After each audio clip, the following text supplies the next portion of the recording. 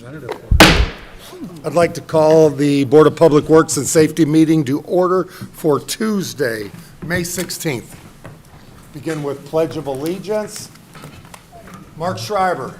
I pledge allegiance to the flag of the United States of America and to the republic for which it stands, one nation, under God, indivisible, with liberty and justice for all.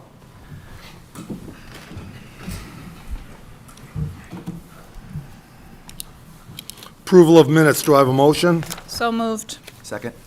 I have a motion and a second. Discussion? All in favor? Aye. Opposed? Motion passes 3-0.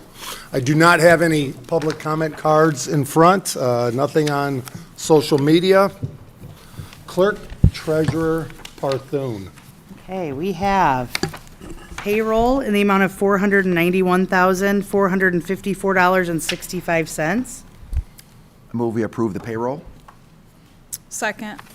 Motion and a second. Discussion? All in favor? Aye. Motion passes 3-0. We have civil city claims in the amount of $829,798.39. I move we approve the civil city claims. Second. Motion and a second. Discussion? All in favor? Aye. Aye. Aye. Opposed? Motion passes. Sewage claims in the amount of $372,555.76. I move we approve the sewage claims. Second. Motion and a second. Discussion? All in favor? Aye. Opposed? Motion passes. And finally, water claims in the amount of $260,610.22. I move we approve the water claims. Second. Motion and a second. Discussion? All in favor? Aye. Opposed? Motion passes 3-0. Thank you. Thank you, Clerk Treasurer Parthun. So I have to move, I apologize, so you can see up here, I have to move the first place trophy so far in the Olymp Olympics. We were ring toss champions, and bowling, I'm sure we won in bowling. Second place. So we're off to a great start, so just ignore the first place trophy there. We're going to go ahead and move to new business. Annette Leffler. Parket ticking appeal.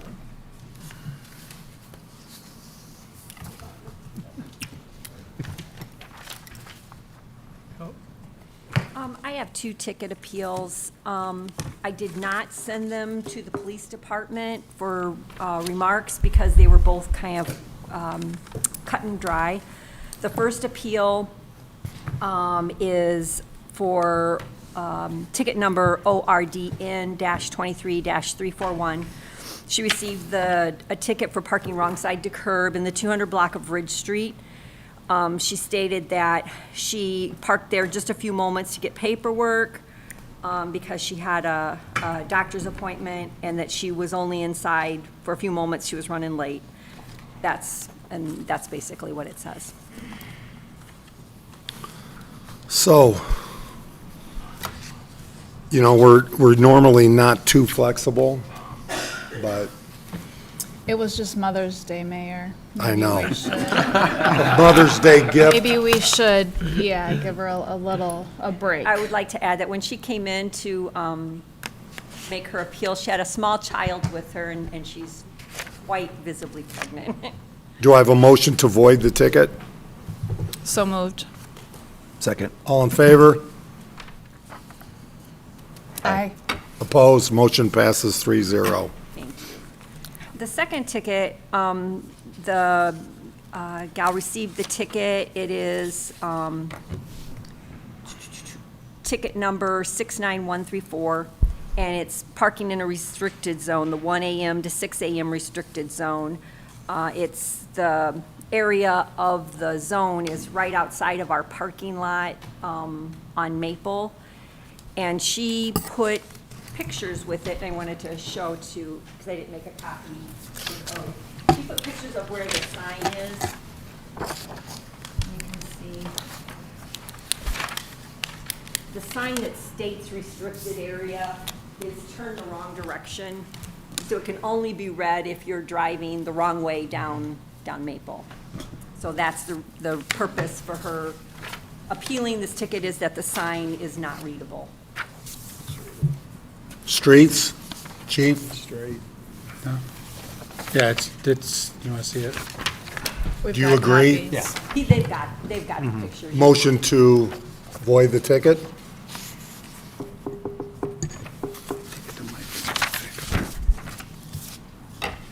You're Do saying you feel like it should she's be? correct. Yeah, I mean, you can't see the sign. It's turned sideways, actually facing the wrong way. Looks like, I don't want to say somebody twisted it out of the way, but that's what it looks like. So it's facing the other way, so you can't see it. Okay. I don't know, I guess when you get out, you see it, but No. So you agree to void? Yeah. Motion to avoid the ticket? So moved. second. Discussion. I would have a little discussion, though. So, I mean, I don't know, we get these periodically, right? So, and I think in some cases we look at, well, what's the situation? But, I mean, I guess, I don't know, like, I know that street, and like, that signage, like, if you park there, you can see the sign. So. That's what I mean, when I you get out, you understand, can like, see that it.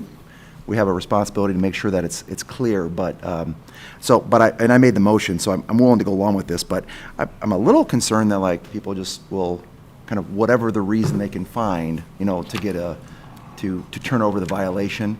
And I don't know, I'd hate to have our police officers feel as though they can't, write a ticket if they need to, or I guess code enforcement either way, so. Chief, any extra thoughts? I mean, if you can get out of your car and see the sign, I think if you look to your right, you see the sign. That's my thinking. Actual tickets. so you would, Sure, I just, without looking at it, I'm sure there's another one on the block. would you like to rescind your motion?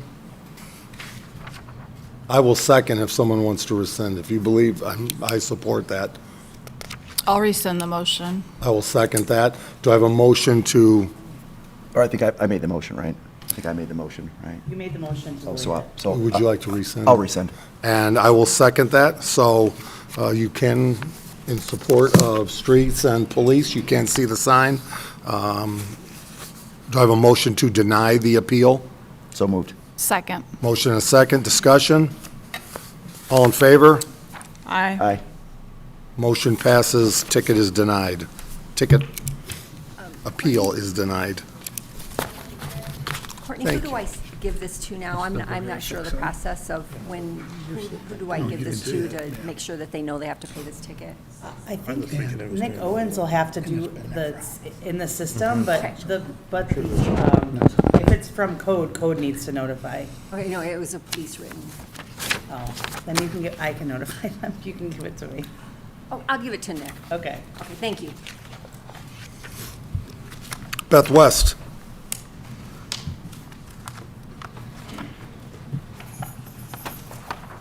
Good morning. The schedule policy that you have, it was designed when transport was running longer hours. We've now have determined that we need to make some adjustments to it. Our part-timers go on a seniority basis when they go to pick their shifts. They're 4-hour increments. What we are proposing to do is to change it so they, instead of getting 20 hours the first time around, they're getting 16. This will allow for our newer drivers to get more time in. We're hiring new people and we're training them, and then we don't have any shifts for them to work to continue their training so they keep up their skills. So we've made some modifications to the policy. Assistant Director Heather and I have looked it over and suggested these changes. Now we're just looking for board approval. Do I have a motion to approve? So moved. Second. Discussion? Have you spoke to the drivers about this? No, we were waiting for board approval before we got everybody up in arms about it. Further We wanted to discussion? make sure that it passed, and we're going to start talking to them. They don't do shift picks again until next week, so we're going to make sure everybody gets talked to this week as to what's going to happen. It's basically, the first round's basically just a 4-hour shift. They're only going to be able to pick 16 hours instead of 20. If there's more shifts available the second time around, then they'll still be able to get their 20 hours. Further discussion? So this is basically to kind of spread the ability among the employees to Right. pick the shifts that are going to work best for them, right? Correct. That's, Yep, yeah, and we want to keep our new people happy because we have a very strong, very great driving staff now, and we want to keep our new people working and keep them here employed. So we want to make sure we're giving them hours. Right now, I'm having to create shifts, so it's dipping into my payroll that I wasn't expecting to have to dip into, and this will hopefully spread everybody out, and everybody will get hours and keep my payroll at a decent amount. Level the playing field, save money. Correct. I like it. Further discussion? All in favor? Aye. aye.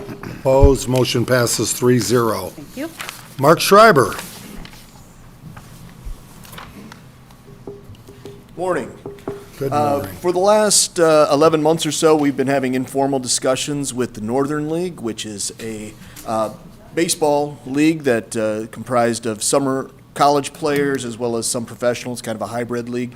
They have a footprint that they have established in Northwest Indiana, has now expanded this year over into Elkhart, and they're interested, obviously, in making Northern Indiana kind of their territory. I kind of compare it to like the Cape Cod League, if anybody's familiar with that league out in Massachusetts.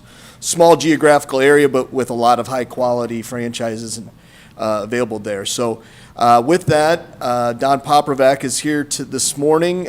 He's part of the leadership with the Northern League. He is requesting that we sign a memorandum of understanding to work with them going forward to establish a franchise here in LaPorte. It's a pretty exciting process, and I'll let Don tell you a little bit more about the Northern League and about the MOU. Don, welcome. Thank you, Mayor.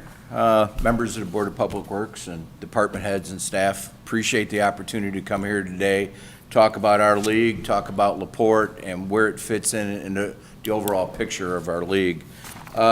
Just to give you a little background, the Northern League was founded in 1902. That's a year after the American League was founded. And for the next 70 years, spent time as a D, C, and A league going into the mid-70s. Went dormant for a little while and came back and reemerged in the early 90s as an independent minor league baseball team, our league at that point. And it's, geographic areas shifted around over the decades and that with different affiliates all across the northern part of the country. But what we want to do is we want to establish a beachhead in northern Indiana. We already have our establishment in northwest Indiana, mostly Lake County. But we have a plan to develop Porter, LaPorte, and then Elkhart County, which we're already in this year. People ask me, why northern Indiana? It's the second largest economy in the state of Indiana. Over $50 billion in economics take place every year. 48 miles of lakeshore. It's hard to come by. They're not building any new lakeshore. It's home in a national state park, and contains 5 of the top 20 cities in the state of Indiana. So the population's there.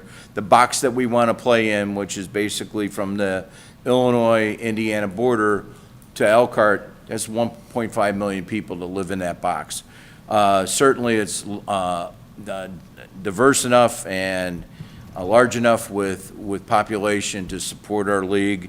And from end of the league to the other, it's only about a 2-hour drive. So our intent is to also drive tourism, intercity tourism from club to club. That's one of the important things for towns and cities across northern Indiana to do is to have, a tourism component built into it. Things to do in the summer. What do we like about LaPorte and why do we want to be here? It's the baseball capital of Indiana, as the mayor has said many a times, with a history that goes back a long way. Why not be here? That's why we want to be here. People will support us, we believe. You're the county seat. There's a lot happening. Your state fair is one of the longest state fairs that have run in the state of Indiana. So you have a history of bringing people from outside the county into the county during the summertime months. There's 350,000 people that live within a 30-minute drive of LaPorte. And when you think about that, you're close to Michigan too, so the opportunity to draw people in from southwestern Michigan exists as well. The South Shore double tracking that's going to take place, that's currently occurring. I see what's happening in Michigan City, why not LaPorte? So I see that as an economic development engine for your city as well. People want out of major metropolitan areas. They're looking for quality of life. They're looking for a place to raise a family that's low on crime, great on schools, and you have both. And, you know, when you're going to be an hour from Chicago on a train, that's almost a no-brainer. And you got close access to 80, 94, and 90 on the other side. That's 44 million cars that drive by LaPorte exit every year. Now, we're looking for an opportunity to bring some of those cars off that expressway and into the city as we develop a franchise here. You know, some of the things that, you know, we're trying to do is expand from 6 teams to 12 teams. And we're in those counties that we talked about, you know, there's at least 2 franchises going into those counties. And it's always along the expressways for us. It's all 80, 94, or 90, quick access for transportation purposes. A lot of things that do leagues in is the expanse of travel, because travel has a big cost to it. This way, when you're home the same night playing a different opponent, creates a lot of fun, creates a lot of excitement, and it allows us to build an affordable family fun product. You know, the one great thing about minor league baseball, it's a low-cost product, but a lot of fun. It's the first rung on the step to get into affiliated baseball, and then hopefully, you know, one of those 780 jobs that are at the top of the heap, so to speak, you know, with the 30 franchises that make up Major League Baseball. So I'm excited about being here. I'm excited about the welcome that I've gotten from both the mayor and Mark, and the history lesson as well. There's no doubt in my mind we're going to be successful. Don, thank you. And you did mention Michigan City. What happens in Michigan City can happen in LaPorte, and we'll go through history, and LaPorte has always been able to use those easier victories playing Michigan City, so hopefully you'll be able to get a team from Michigan City so we can start off on the same Well, way. it's a great rivalry then. you know, Absolutely. and it's bragging rights. So, yeah, definitely. And it's, you know, the media is important too for covering this. When we're concentrated in such an area, you know, you're in multiple media marketplaces. So once we build this product, we've got a lot of buzz going. And then once we get the baseball component built, it's about programming a stadium for 150, 160 events during the course of the year. You really make it the heartbeat of the center of the city. So with that, thank you. If there's any questions. Discussion, we've got a lot of work to do, but this sets the stage forward. Again, something for our community residents that I think have always supported baseball in the city of LaPorte and surrounding areas. So further discussion, questions? Well, just so, and thank you for coming, and thank you Oh, for you're for very your welcome. interest. I think it's very exciting. And this memorandum basically kind of establishes the foundation for negotiations to kind of plan what this would look like. Correct. How a team would be coming, where would they play? Correct. How the timing would work for, I think it was up to, for 5 years, right? Kind of Right. okay. And any kind of thoughts on like, sort of what this is going to look like in the next 1 to 2 years? Yeah, good question. Well, I think I'll speak to that if you don't mind, Don. I think, you know, our goal Maybe, is yeah, more of a question for you, right, yeah. is to have a team next summer, be prepared with a LaPorte team, which would include an investor to own the team, and then as well playing fields in the city of LaPorte, which we have a couple, one being primary that we see, and I think we'll have those discussions with other entities to see if those field options will be available very soon. So potentially next summer, a team is playing somewhere until stadium A potentially? or something stadium yet? could be Okay. built. So we develop a stadium. Until, together. Okay. until you develop a stadium. So we'll use existing fields That will be- probably in the meantime or most recently. Correct. That'll be tough, huh, Mark? Those fields are always filled. That's why we're having discussions with Yeah. other entities. So No, we're, I think it's fantastic. Both my kids play ball, so I appreciate it, and I know that they're going to be really excited to hear about this. and again, this is for, I mean, you've seen former major leaguers play in this league. These aren't kids Absolutely. just from LaPorte.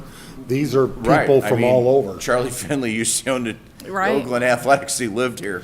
When I was a kid, I'd drive by the expressway and see his farm with the big A's sign on it. So, people know that, baseball has a historical significance here. As a league in the 20th century, there were 11 Hall of Famers that played in the league, okay? They got their start, at the lowest rungs of baseball. And then since 93, we've had over 24 players, actually play in the major leagues. And that doesn't count the hundreds that have been in affiliated baseball, but, weren't successful in moving up. But they were still there, they still had the opportunity. So gives us bragging rights.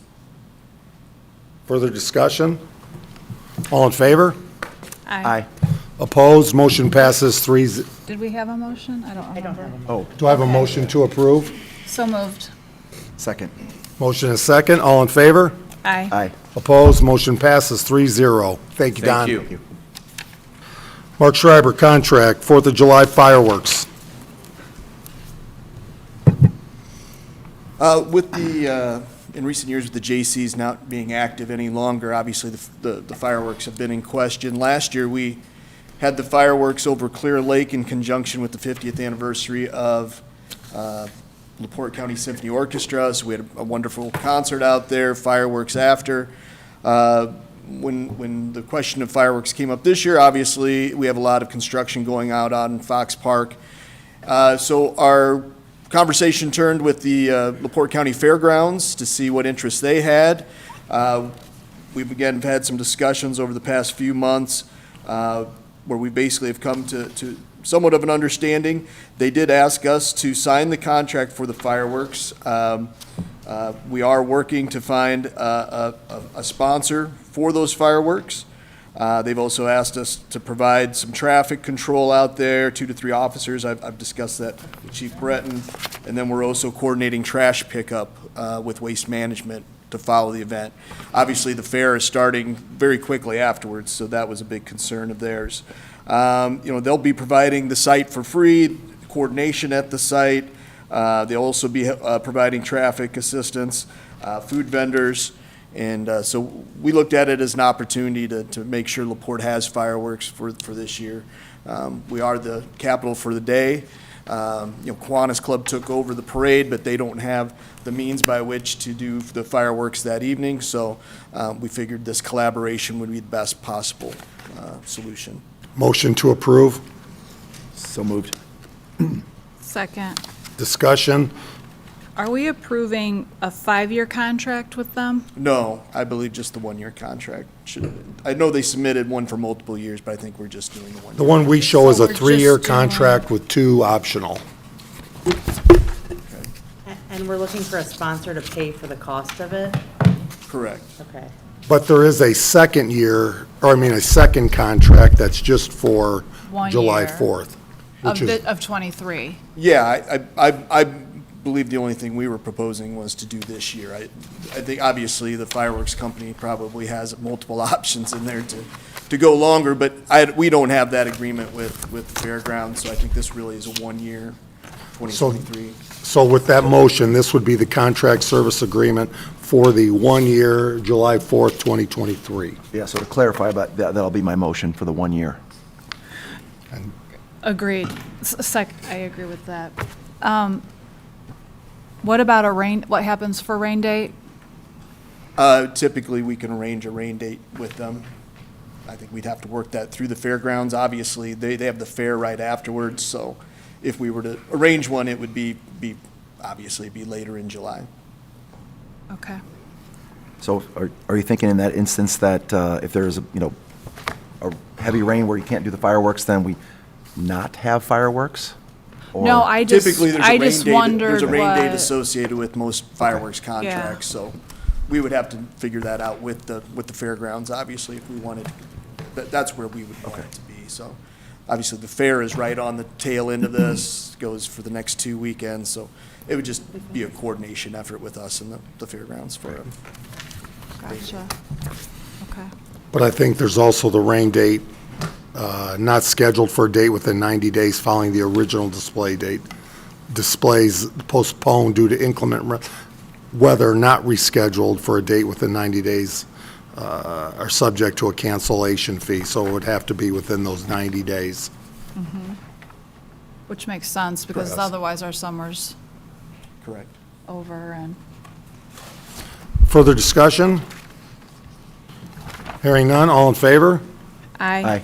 Aye, opposed, motion passes 3-0. Thank you. And Mark, I didn't hear you, did you say the Northern League was a sponsor? Hot dogs and apple pie with it. Mary Ann Richards.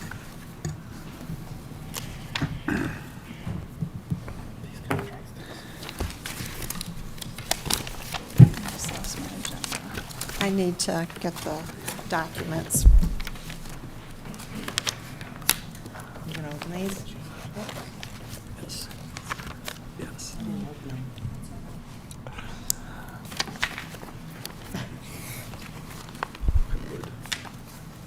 How many bids did we have?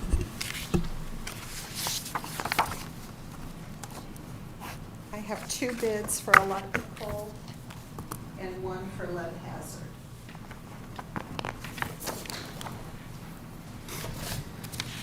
I'm going to open the electrical first.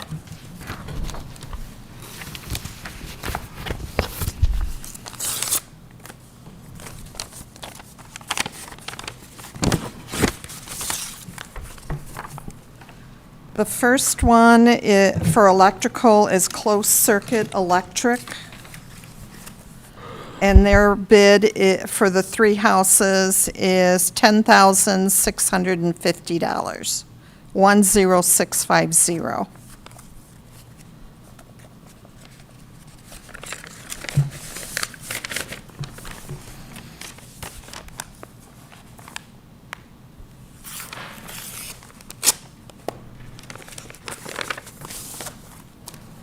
And the second quote for electrical is from Paul L. Crow Electrical Contractor. And he's bidding $19,148, 19148 for all 3 houses.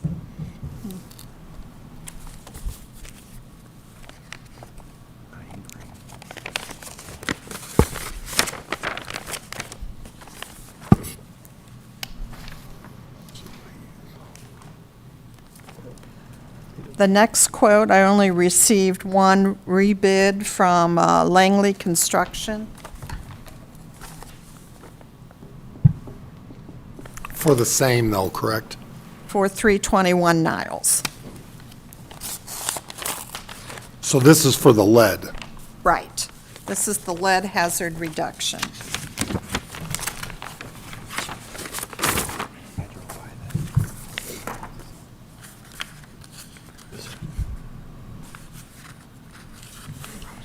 And Langley Construction is quoting $46,160, 46160.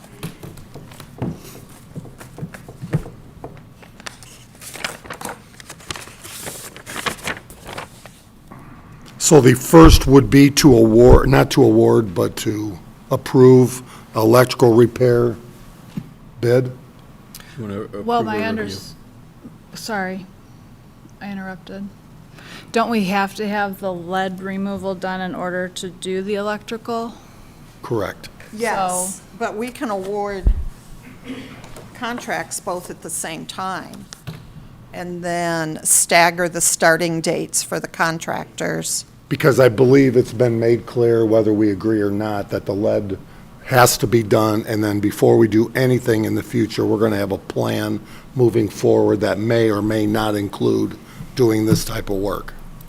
So, In a different way, correct. outside of CDBG monies. So, can we legally approve both at the same time? Yep. I'll leave to the, So I move we approve both. For Langley, the only bidder for the hazard, and then electrical repairs for the lowest bidder, closed Yeah, circuit. and I mean, pending engineering. Closed Circuit right. submitted the Legal lowest ending- quote. Right, Pending engineering and legal review. right. do I have a second? Second. Motion and a second, discussion? All in favor? Aye. Opposed, motion passes 3-0. Thank you, Mary Ann. Yeah. Jerry Jackson. I've got phosphorus, pay request number 13. The amount is 22,000 even, and that takes us to 95% of the job. We've had some issues starting up the chemical feed pumps, the manufacturer's trying to figure out what's going on there, and there's some paving and sidewalk work left to be done, and that's about it for the project. So we're getting close. I'd recommend approval. Motion to approve. So moved. Second. Discussion? All in favor? Aye. Opposed, motion passes 3-0. Got pay request number 1 for the letters and number streets. This is contract 2A. 1 was the Torino Basin work, 2 is the actual work out in the streets. 2A, this gets complicated, is the water main and storm sewer work. We've divided, they had to be divided up because the community crossings grant needed to be separately accounted. So there's contract 2A and 2B. The pay request for contract 2A is in the amount of $215,518.90. Takes us to 8%, so we're just getting going. I'd recommend approval. Motion to approve. So this would be you're asking for an approval for pay request 1? 2A, or contract 2A, pay request 1. Okay. Sorry. And this is the water main and storm sewer work. I think because the contractor's already acquired some costs, the water main is on site right now, and I think they're just trying to get those costs back and not have to wait. Yeah, there's the mobilization costs and everything. And okay. That's all part of the contract. Right. So moved. Second. Discussion? All in favor? Aye. Opposed, motion passes 3-0. And just for everybody's clarity, the number, or letter and numbers, is 10th Street to 18th Street from From I Street to Andrew. I Street to Andrew. Yeah, and you'll see the work is on I Street primarily, and then on the east-west street, so 16th, 14th, that area. But it also go to F, correct? It'll benefit outside of that area. There'll be a little bit of a connection to the east, and, generally, the separation will relieve sewer issues kind of beyond those limits. Yeah, and it also goes down Miller Street by is that the Agape Church? Where there's a Yes. flooding issue there. But as well, F's being redone, street. F is down by the high school. F Street's part of the separate Not being program. done with, but it's part Separate of program, the yes. That's gotcha. a federal aid Infrastructure. paving project, yep. Paving, okay, As soon as school's out, they'll start. perfect. Did we finish with that one? Yes. I wasn't sure. We have a vote and a. So we do have a motion Okay. and a vote. Then Okay. pay request number 1 for contract 2B. That's in the amount of $92,625 and takes us to 4%. And that's the community crossings grant project. All part of letters and numbers. Did you say that was 4%? 4%. Ouch. I move Sorry, go I move ahead. we approve pay request 1 for contract 2B. Second. A motion and a second, discussion? All in favor? Aye. Aye. Opposed, motion passes 3-0. Basement grant. I thought I'd have this one ready today, and I didn't get a quote from the plumber. The plumber kind of threw his hands up and said, we need to think about this. He wasn't sure how to fix it. It's 1402 Lincoln Way, so I'll bring it back in front of the next. And 1402 Lincoln Way, which is which? That's the tattoo parlor. Right across from like Dairy Queen. Dairy and- Queen. You got it. Okay. Yep. It's an where old that building is? with. I know where Dairy Queen is. Jewelry store, right? Yep. Is there a jewelry store in there That's what it too? used to be, yeah. Used to be one, I think. Okay, okay. And do we don't want to approve We don't have a bid. We don't We don't a have quote. anything. based on, You could, approve it up to the max of the grant allowed, but right now, we still got to figure out what's going on. Yeah, why don't- Okay, why don't you we'll hold table that. this, yeah. Yep, they got a pretty good project there. Chief Snyder?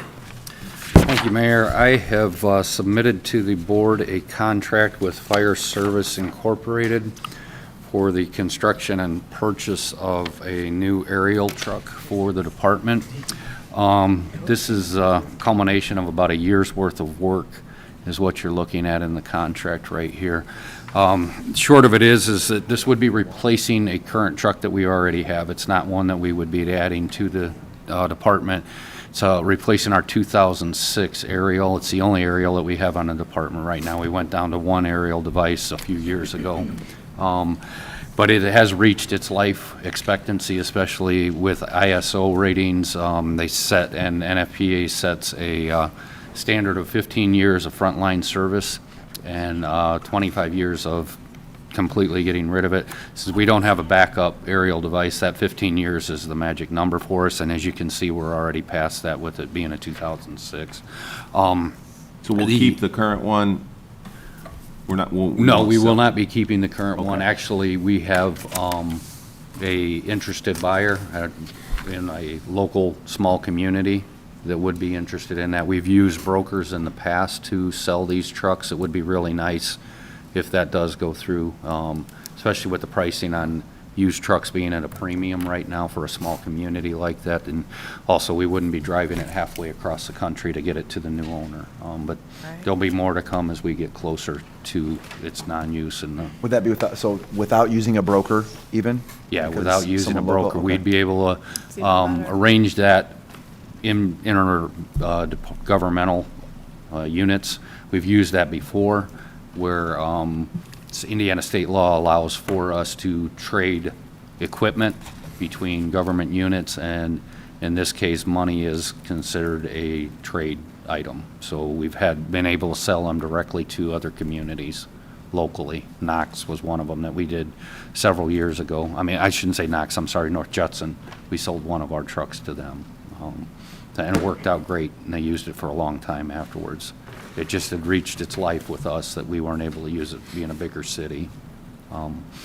So the contract that you have in front of you is for $1,669,594.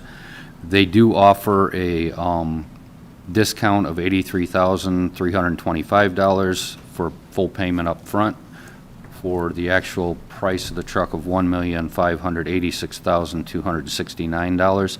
We have used this prepayment option on the last few trucks, actually, I think the last 3 trucks that we've bought. It's worked out very nicely for us. And I guess I should interject here too, if you're wondering why we're not going to a bid process on this, we are using Sourcewell, which is a cooperative purchasing agency that is recognized by the state of Indiana. We are a member with Sourcewell. We're a member with HGAC. We've used HGAC the last 2 times to purchase trucks, and it basically streamlines the process to not use the bid process, but still assures the city the lowest possible price, because these cooperative buying agencies have already negotiated the lowest possible price with these manufacturers. So it works. It's worked out really well for us, and I know a lot of communities across the state are using that as opposed to the bid process for a number of items, not just for fire trucks, but for street department, park department, things like that. Does this, does a new aerial that's quite a bit newer than the one that we have right now, does that provide any additional capabilities compared to the old one? It will provide everything that the old one does. It actually has a longer ladder on it for longer reach, and it does have, the old one has worked great for us, so we didn't want to lose anything that one provides. And we have added some new technology to it that's, been added in the last 17 years. So yes, it will provide our capabilities, but it's also unique to us. That's one thing that with fire trucks, they are, and why they're so tough to design and build, and they are so unique, is they're designed to the individual municipality, the individual user. I mean, I guess the point is a fire truck in Whiting is going to be designed completely different than a fire truck for LaPorte. It's Hence, customized. because of the refineries and the things like needs. that they have to deal with. So we designed it for the buildings and the future growth of LaPorte, as well as the resources that we already have in place. How many stories can it go up to? That, at 102 feet, that will clear every building in the city of LaPorte. It will easily go up to 8 stories, 7 to 8 stories tall. I remember inspecting the building across from the YMCA, and the mayor really enjoyed getting up in the lift and going. That was a little We can tense use there, that for but, this. Yeah. great. First, do I have a motion to approve? So moved. Second. Motion and a second. Discussion. We are looking at some financing options, some different ways to look at things, and I want to thank Courtney Parthun, our fantastic clerk treasurer, that brings out all options and is accountable to the residents, taxpayers of this community to get the best deal. And Andy, thank you for all your homework. We are looking at some other things as a part of that, but this would approve the contract and further discussion. So, go. Go ahead. Couple things based on the finance. So if we sell the current truck, the 2006 truck, will that go off of the loan, lending, bond, whatever? No, we have to separately put that into the general fund. Yeah. Okay. At one point in time, we did have a fire equipment fund. That the sale of this equipment or other equipment and trucks went back into. That was dissolved by the city council several years ago. It actually, State Board of Accounts, there was some interpretation whether that was legal or not by doing it that way. So yeah, like Courtney said, it has to go back into the general fund now. But the fire department is funded out of the general fund, so. Yeah. Okay. Council can reappropriate back to us, and we'd love that, but I don't know if that's going So to that could be reduced or taken off the general fund for next year, so. Okay. So budgeting, so it's not budgeted currently for the truck? We have payments currently budgeted out of the public safety lit,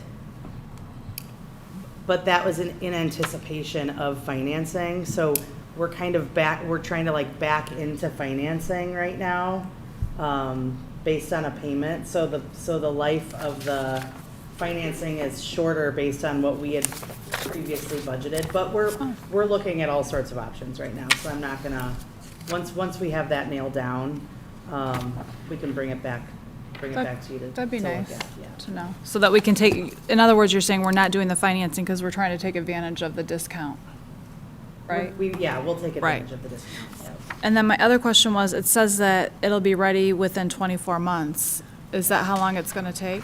Yeah, that's actually, I'm glad to see the 24 months in the contract when we got it, because we have been being told that it's 27 to 30 months is what they're looking at. It's the Great nature. point. I was surprised that's not 30, so it is It's- 24. It's the nature of where we are at right now, because this same truck, year and a half ago, was looking at 11-month build times. But because of the supply and everything else that has affected them, just even more so than other industries, it went up to almost 30 months for a delivery on a truck now. We're hopeful that they can do it less than 24, but they see the 24, that's promising right there. Okay, so we're looking at not having this for 2 years. Are we allowed to use, you said based on the age, are we allowed to still use the 2006? We still have to use what we have. Okay. We just are not in compliance with the ISO specifications and the NFPA. What We'll is take that a on- little, we'll take a little bit of a hit. If we were to get evaluated by ISO, which is the insurance service offices right now, we would take a little bit of a penalty because of that being past the 15-year mark. That's why, and we don't know, we're coming close to one of those reevaluations, but it may be 2 years out. They don't give us a lot of heads up when they come in. They say, hey, we're gonna be there between this time frame. So, that's why, again, Is there it's any important. disputing with, look, we're trying, we've purchased one, but we've got to wait 24 months? We That's outside can of our make that hands. case to them. Yeah, definitely. We would definitely make that case to them. Okay. You know, we can, our equipment is kept top shape, and we produce all of those maintenance records and repair records to them when they come in to, again, plead our case to them. Yeah. Is the penalty financial or in ratings? It's in ratings. Ratings, okay. Which unfortunately is financial to the residents and businesses of the city because it takes a hit on what our ISO classification is. But, So that's based on ISO ratings. yes. So, not to change the subject, so will 39 North, so potentially residents could see a savings with an improved ISO rating? Yes, most Is that a big definitely. deal? That's a very big deal for those residents and those businesses out there, especially those businesses. They can see substantial amount of money in their insurance rates, building insurance go down, residents in their homeowners insurance. I know that a number of people, after our last ISO classification and review, we went from a 4 to a 3. And I had a number of residents, even a couple of city council members at the time, who came up and thanked me because of the check that they got returned from their insurance company because of the classification going down. Lower is better, Lower ratings. And why would better. they receive a lower rate? just because of the capabilities of the fire protection end of it. And Because well, they can and if, once we respond do more the quick. improvements up there, To put it out faster. once we do the water improvements up there, that's a gimme, excuse me, that their rating's gonna be better. The best case scenario that they have right now, I think, is at a 6, being in Center Township. And there are variations of that throughout Center Township because of certain are supplied with some water and some are not. So you can think they're going from a 6 to a 3. It's gonna be a substantial difference. Cut in half, yeah. Okay. So I do have them, I'm sorry, so what other departments, say, in the county have aerials of this nature? Of this nature, the only other department that has it is Michigan City. There are 2 other departments that have aerial devices in the county, Center Township and Cool Spring, but those are what we call just a quint, which is just a ladder stick. It's a ladder on top of a truck. It doesn't have the platform capabilities of this. This is basically a basket at the end of a crane, is what this truck is.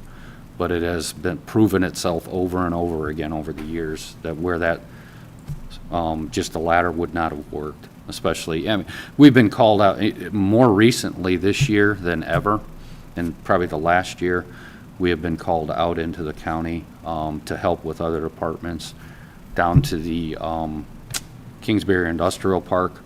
We've been down there for 4 fires within the last, since the start of the year.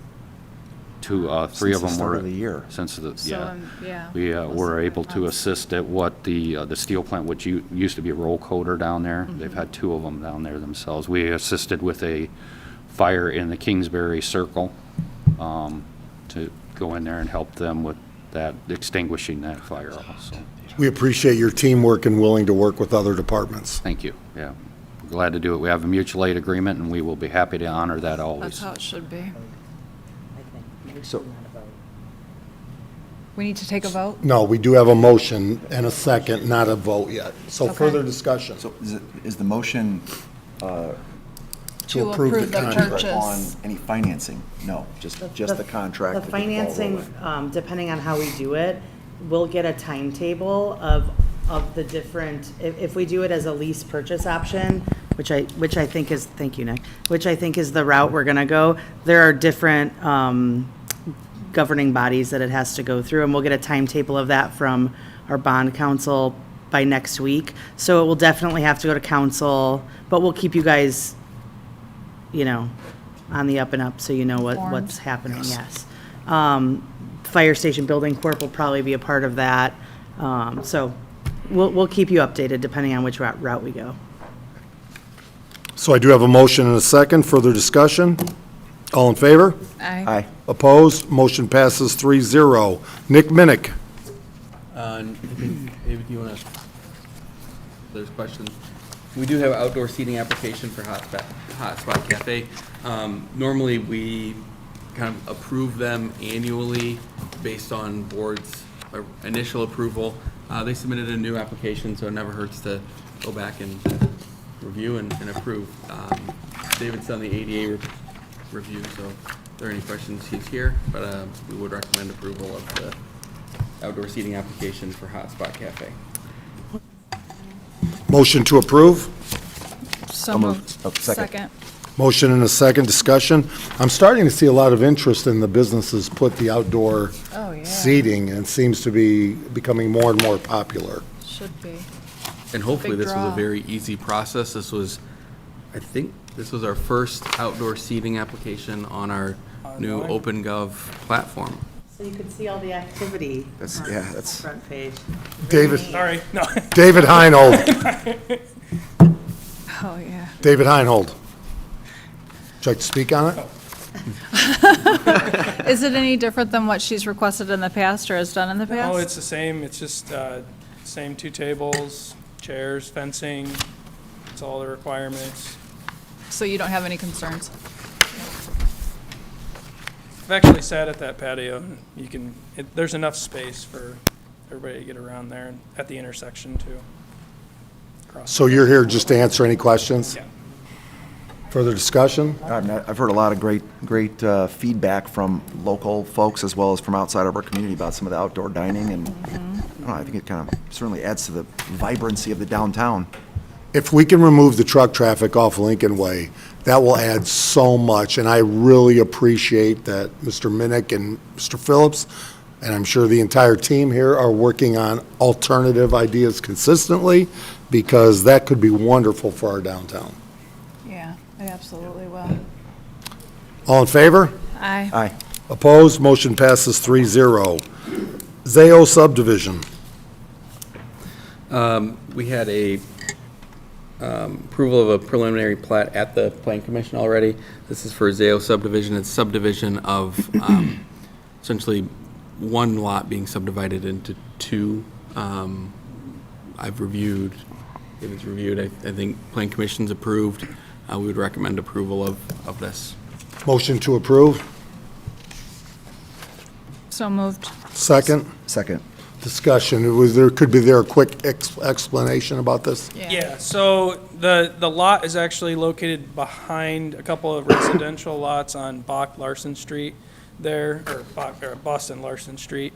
So it's along the railroad. There's 2 lots. It's like 65,000 total. It's actually split up into 3 currently, platted out how it is today. There's 2 existing buildings on it. There's actually a taller 2-story brick building on what would be the proposed lot 2 is a smaller lot, which would be about 20,000 square feet.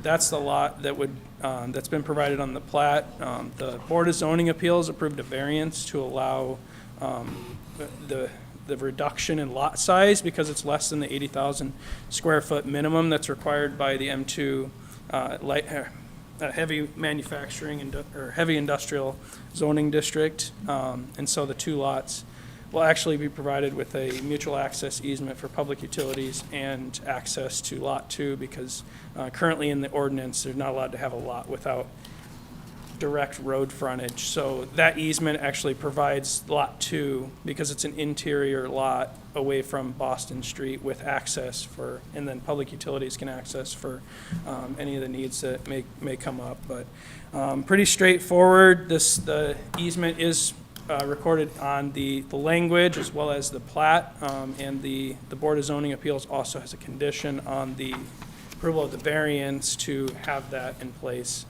So I'll answer any questions if you have them. We do have a motion and a second. So that, where, so that easement runs behind the residential properties, right? Is Yeah, that- so okay. there's trees along the residential properties there to kind of separate the two, with the industrial. And it runs right along that 15-foot towards the existing driveway is off Boston Street, kind of where Bach Street meets. So right, just Concrete. very, obviously very close to the train track intersection, Yeah, right? very close. We actually installed the barricades there, that's like 20 feet away from that driveway for the Quiet Zone project. So it's really close. So it went through and it was approved by the planning commission, and then was it approved by BZA? Did you say that already? Okay. the- Sorry, I was trying to The catch up. BZA had to approve a variance reduction because it's less than the 80,000 minimum. That's right, to go from 80 to two 62 lots. or whatever. Further discussion? So, and what's the plan for that property? There's no change. There's They're no not planning change to existing, sell the two it. buildings, that they're just selling off the lot two. Okay. So they wanted to separate the property out with the two buildings there. And Jim Kyle is also available. So, I mean, outside of the subdivision of the lot into two, there's no change in zoning or anything for that? Nope, the zoning would stay the same. Went through quick, the properties would meet all of the setback requirements for the two buildings that are there within the industrial district, so that there's no issues there other than The existing building accesses the fiber running up and down the fiber, up and down the rail. It's important to okay. them to be there at that location for that. Gotcha. Further discussion? All in favor? Aye. Opposed? Motion passes 3-0. Thank you, David. Department heads, anybody have information they need to share? If not, Craig Phillips, don't feel the need. We just wanted to announce this Thursday, May 18th, from 5:30 to 7 p.m. at the Civic Auditorium, we're having a second open house for the LaPorte Trails, Greenways, and Blueways Master Plan. And we just want to invite everybody, the public, to attend and provide their input regarding improving connections between neighborhoods, businesses, parks, and lakes and other points of interest in the city of LaPorte. So just encourage everybody to attend and participate as part of that process. On a second note, while we have you, a lot of people have been asking with homes going up, is there any update on Steiner Homes, the first regional builder to come into the city of LaPorte? Yeah, we've been working very diligently to get the agreement, the actual development agreement, back to the Board of Works. We hope to do that soon. Working with Nick on developing the document, and we had a good meeting with Steiner yesterday, actually, to move the process forward, and yeah, so good progress on that. We're excited to continue working on bringing that forward, so hopefully we'll have more on that very soon. What about Tidma Bakery? What about Habitat for Humanity and that? Is Tidman that- Bakery, supposed Habitat to had a present? groundbreaking recently for the project. It was Yes. attended by a number of us in the room, as well as others in the community, and so they've kicked off their efforts, and they provide us with an update, and if you would like, I can forward you their latest updates so that you have that information. They're doing 2 houses this year? That's their plan. I thought it was 3 this year. We could probably have them come back and give you an update sometime soon. That'd be if you'd nice. like. It's been a while since, obviously, we've talked to them directly, other than those of us that participated in that event, so. Thank you. Yep. Any other department heads? Mr. Schreiber? Just wanted to bring up for the public, we have two projects that we are looking to move forward. One Bless you. is Bless you. what we're referring to as a second lodge that would be located on Stone Lake. It would be larger than the current Cummings Lodge. It would be able to accommodate about 250 people. We're looking about 6,800 square feet. The other project would be a expansion and renovation of the Kessling Baseball and Softball Complex.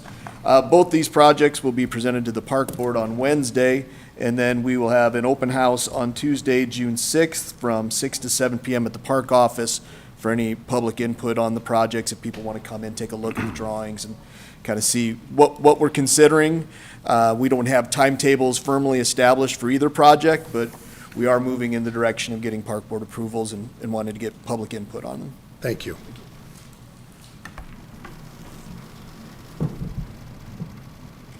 Beth West.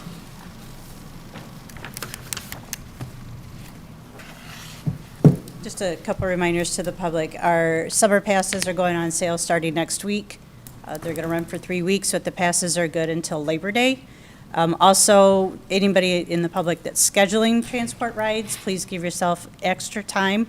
With all the road constructions that's going on, a 10-minute ride is now taking us 15 to 20 because we're getting stuck in traffic in places and having to reroute. So please be courteous and give us enough time to get around town.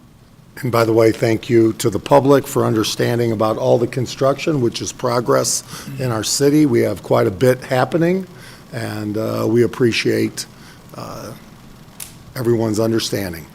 Thank you.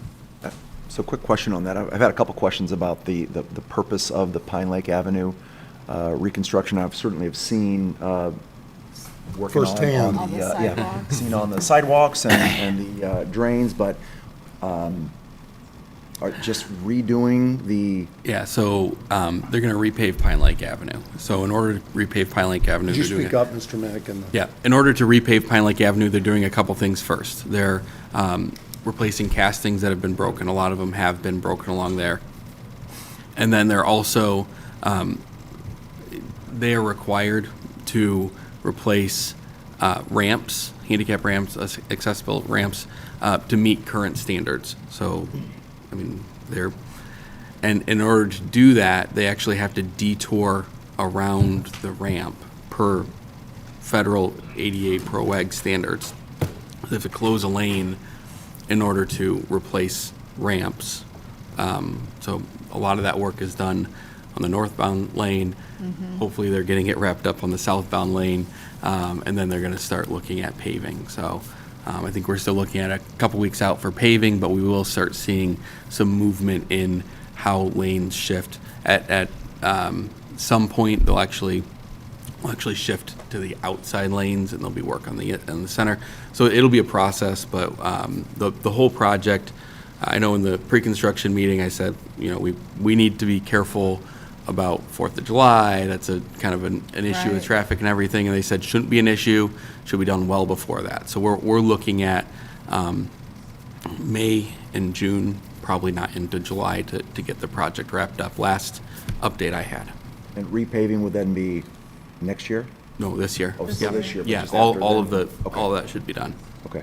And I will report that they have delivered a paver to our Truesdale project. They're not using it yet, but it's delivered, it's ready to go, and they're That's a hoping good to sign. start paving next week, so. And we're also sharing the vendors' employees between Truesdale and then also the Chessie too. So we might not have Truesdale completely done by the end of May. We're trying our best, but we're trying to get both projects done. And we are pushing, but you may not see Truesdale completely finished by the end of May right now, but maybe shortly after. Yeah, and I think because of the nature of the work, Reith Riley's been able to keep crews. Usually what they'll do is they'll have a subcontractor come in and do, say, the underground work. Reith Riley's been able to keep crews on the Truesdale project doing other work while their underground contractor works. But between Pine Lake Ave and the Chessie Trail, they're kind of prioritizing Pine Lake Ave because of the traffic issues. So that's all concrete work. So their concrete crews they're pulling concrete crews off of our Chessie project in order to make sure that we can get Pine Lake Ave open as soon as possible. So it's a detriment to our Chessie project, but we're still really on track and on schedule with Chessie. It's just a little slower as Pine Lake Ave gets a little bit more priority. They're doing a great job kind of managing moving crews. In the past, I think There's been struggles with schedule with various contractors, and this year, we're seeing Reith Riley, dedicating resources and shifting them, and really no breaks in construction, just different projects, so. And then to Ms. Romine's question about Arts in the Park, Mr. Schreiber, we're going to do everything possible to make it as smooth as possible, but I know I informed them all to please be patient because it will be a mess this summer for the future, many, many years that this has been in need. You just bear with us because it will not be easy this summer. Yeah, and obviously weather will dictate over the next couple of weeks, but the progress that we've been hearing is very optimistic that we'll be able to have pretty good access to get in for the first Arts in the Park if we stay on the schedule that we're on.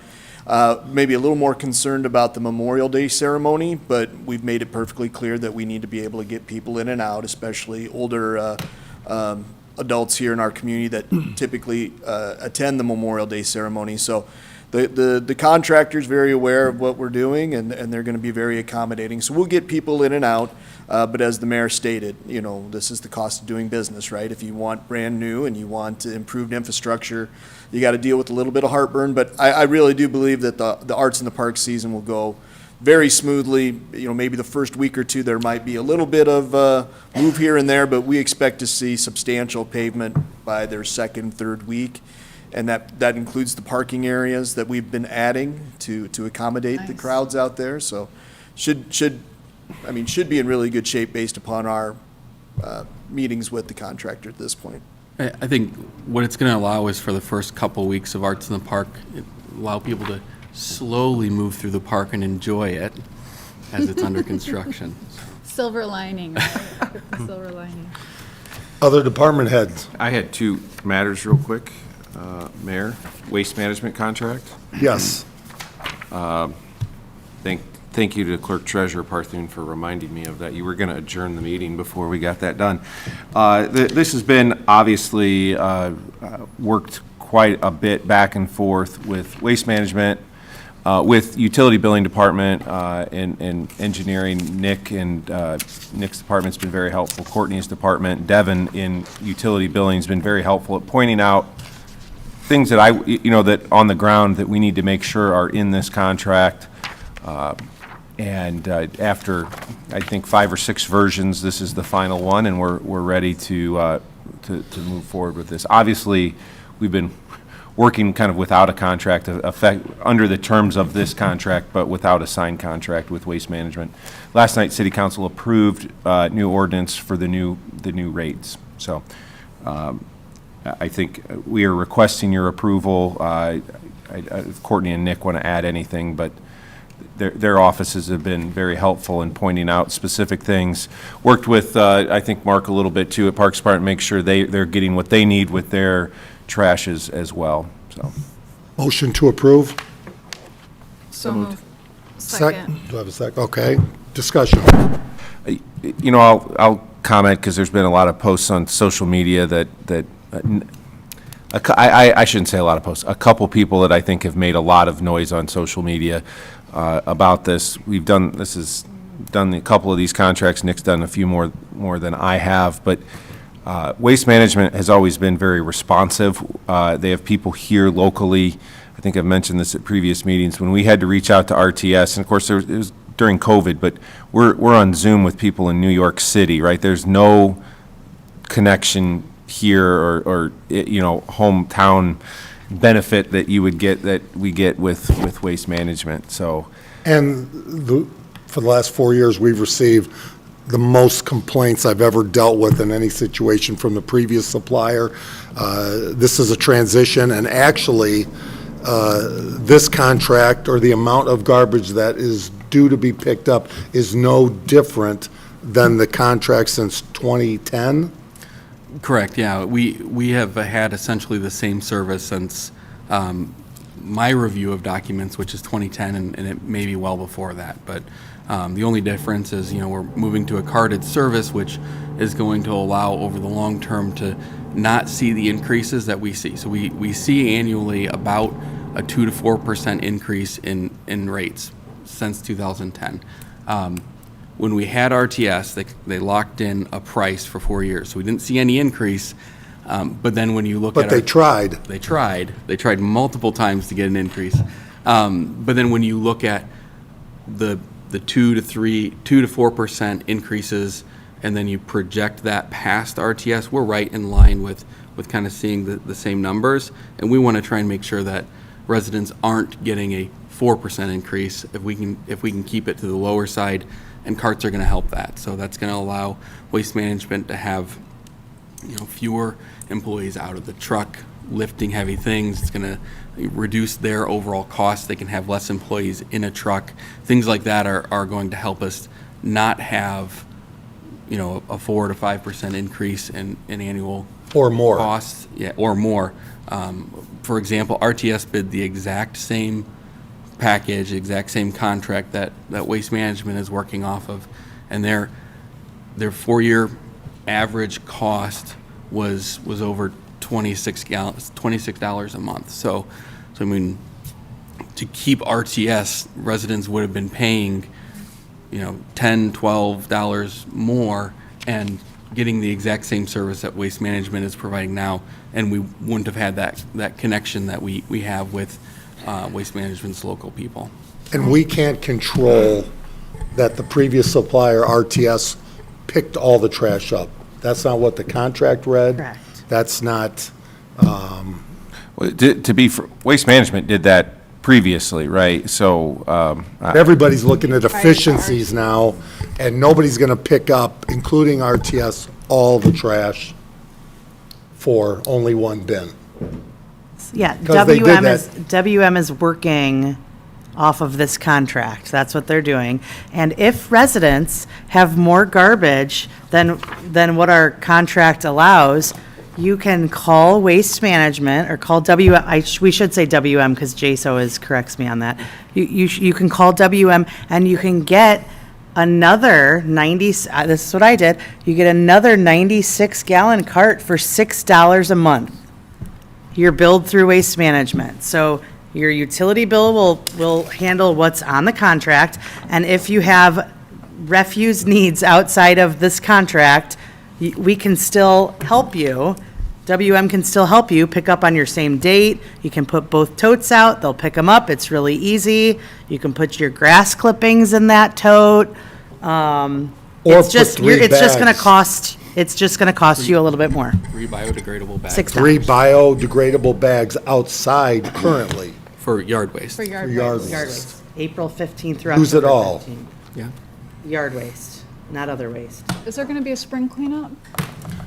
That was one thing that, in order to keep costs low, we were able to kind of negotiate.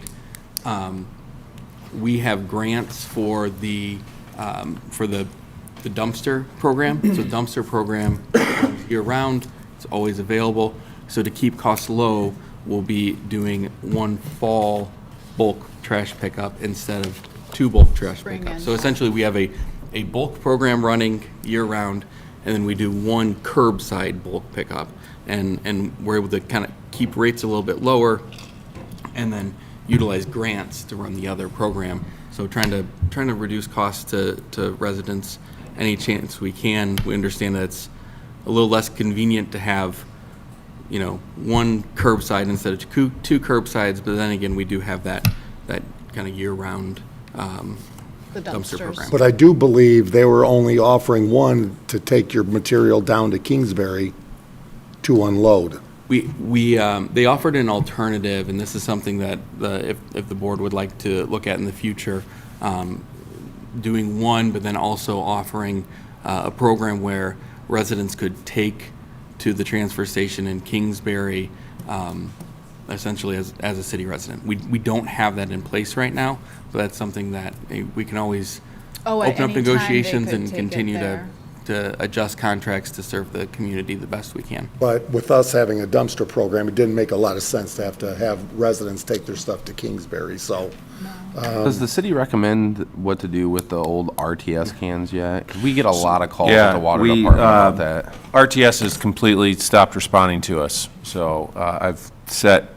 So do they throw them in the and dumpster? just real quick, Mr. Warner, the cans weren't through the city. That was an arrangement, again, between Yeah. RTS and the homeowner. But we have been trying to get them to respond to us, and they're literally not responding. I think my last one suggested that the city may take them and bill them for, I mean, we're getting pretty aggressive with what we're doing, because We're just getting a lot of calls about it, and we really don't know what to say. We'd like them removed, and we are I have one continually making personally, calls, so. and we'll be making calls again this week, so. Thank you. Further department head. Nope, I got one more. And did you Yes. approve that? So we We do have a have motion and a second. Motion and a second. All in favor? Aye. Aye. Opposed? Motion passes 3-0. Mr. Otis. Yeah, last item, worked with Courtney and Jerry. This was a sewer backup into the property located at 815 Easton Court. This was a request that, there was some significant property damage to the amount of $10,144.81. Ask that you approve this. Incident happened around February 27th, 2023, and this is a settlement and release agreement for that. There was a blockage that occurred during a storm and backed into the basement of that address, damaged the wall board. They had to pull up the floor, and then there was substantial property damage of items stored in the basement. Was this the home we were in? Yes. Okay. Yep. So has GIS or our Yep. insurance? They've denied, yep. It's denied, yeah, it was denied. That is their default position. They take to the position that any blockages, any backups are acts of God.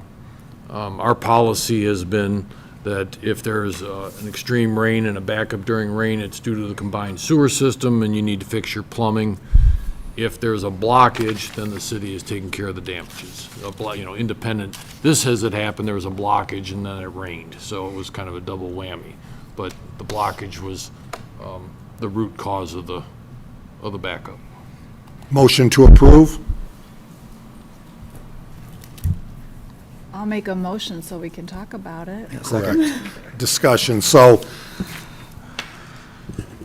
this brings up topics of other individuals that, how do we separate Yeah. God's acts of God versus, I think we've been consistent saying if there's a blockage, we'll take care of the damages. If it's due to a storm, we won't. Can you explain what a blockage, just like? A blockage means the sewer stops working. There's a blockage inside the sewer backs up and into the basement and causes damage. Is there anything the homeowner can do to prevent that? No, and so we go out with our truck and clear the blockage. This is all good conversation, because in the main, yeah, and the blockage in the main sewer, good, yeah, that's the point. Not on the property of the homeowner. Not on the Blockage property of the in homeowner. City main sewer. Yep. I will also note that we asked the property owner to attempt to go through their own insurance policy, and then we would pay for the deductible, and that also was denied. So this is sort of a, Generally, homeowner insurance doesn't cover sewer backups. How often are you seeing this situation? Not necessarily with the double whammy, but just Yeah. where a blockage in the main sewer line has resulted in this Results in backup. damage. We might pay once a year, somewhere on that ballpark. This is the first time, I remember seeing anything, but Yeah. maybe that's fortunate. Are these, so there's a breakdown, a list of all of the costs. Is this fair market value of that item? You did some review and we did some review. I think they're pretty reasonable. Okay. There was a lot of back and forth between Courtney's office and Jerry's office with the homeowner about that. and just so everybody that's had a backup, you check every time there's a backup to see if there's a blockage in the city system. Yeah, and it's usually fairly clear. It's a bright sunny day, we get a call and there's a sewer backup. We send the truck out, clear a blockage, and then the homeowner will say, hey, wait, I was damaged. That's one situation. Then the other situation is we had 2 inches of rain and we might get 8 calls. I had backup into the basement and we say, you need to get part of the grant to fix your plumbing. So I don't know if that's the right delineation there, but it's the one we've been doing, and it's certainly right conversation to talk about, is that the right way to go about it, but it's what we've been doing. This and is the city's responsibility. That would be the city's responsibility. And in some ways, it feels right because the storm is happening and it's, the homeowner can say, oh geez, it's an act of God. When it's a bright sunny day and they get a sewer backup, it feels very different. Is it, so there's nothing to prevent in the future at this site going forward? It was kind of a one-off, like if you hit a deer? It is, and it's honestly on my department to prevent backups. We clean sewers, we camera, we use root killer to try to prevent backups, and we have substantially fewer backups than we did years ago, but they still occur. So once this contract is signed, we issue the check, we're done. She can't come back on us for anything Yes, else for this incident. yeah, there's language in the contract to that effect. And which brings to another point, homeowners need to take advantage of the grant. For And sure. number two, I'm not an insurance agent, but they need to make sure their coverage of their basement that's been redone or, turned into a spare room, or they need to have enough insurance. Yeah, a lot of To insurance cover that. companies, though, aren't gonna cover this type of claim, is. No, you need to buy a rider. Yeah. And it's a good idea to do so because you could have a toilet that overflows, you could have a broken water pipe in your house, and the insurance company will say, sorry. So it's worth buying that insurance. If the backup happens on the line from the home, on their property that's going to the main line, then it's fully the homeowner's responsibility. Absolutely, yep. And just last question, has the list of items here been vetted in any way? Just, Jerry has what, had how do we conversations know with that the- this is, I'm just wondering Yeah, how we it's would know that this is been to not- the site and seen what's Yeah. damaged. That, I can't tell you I did a perfect inventory. Yeah. Understood, okay. But if you wanted to join us that day, you could have, because it was Yeah. pretty bad. Yeah, I mean, it was pretty bad. It was, that's awful for this person. I just wondered based on some of the amounts it didn't, I could have some of these things that are 10 years old and they had That's small nice. children, and they had a senior, her mother it wasn't very mobile, or mobile at all, and stuck in a situation that wasn't Yeah, positive, that stinks, literally. literally. Yep. Further discussion? Hearing none, all in favor? I, Opposed, motion passes 3-0. Further department head comments? I've just got one. The Orchard Country Ride is on Sunday, leaving out of the fairgrounds. And the first thing the route does is go through the city and hits all our bike trails. So, and through our lakes. So it's a nice showcase for the city of LaPorte. This bike, how many miles are you riding, Jerry?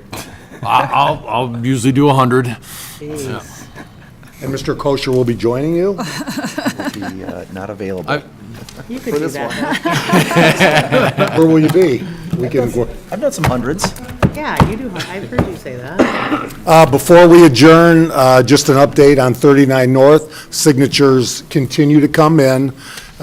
We have committed to the deadline of May 31st. This does not happen, I feel, for those residents of 39 North especially, because it will be the Conservancy Board individually that, and as a group, did not agree to, number one, our offer to buy a underserved system, or is that a fair term, or just a poor system.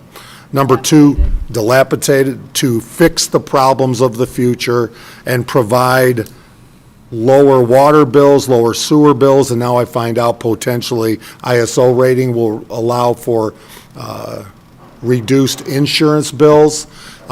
This is on the backs of Conservancy District members of that board. And for those individuals that either live in the city or is an elected official that has stuck their nose in it outside the city, they will all go home to water. They will all go home to proper infrastructure. and we need to make sure they are held accountable at the end of May. Because these people that are walking in every day, if we don't have the Conservancy Board agreement, it puts them in a difficult spot, and those board members need to be held accountable. Step aside, you did your job 25 years ago, let us fix the problem, and let's not put it on the backs to pay for it, on the backs of those Conservancy residents and businesses. So enough is enough. And if they don't do it, call the 39 North Conservancy board members and let them know how disappointed they are that they weren't wanting the city to fix their problem. With that, any further questions, discussions?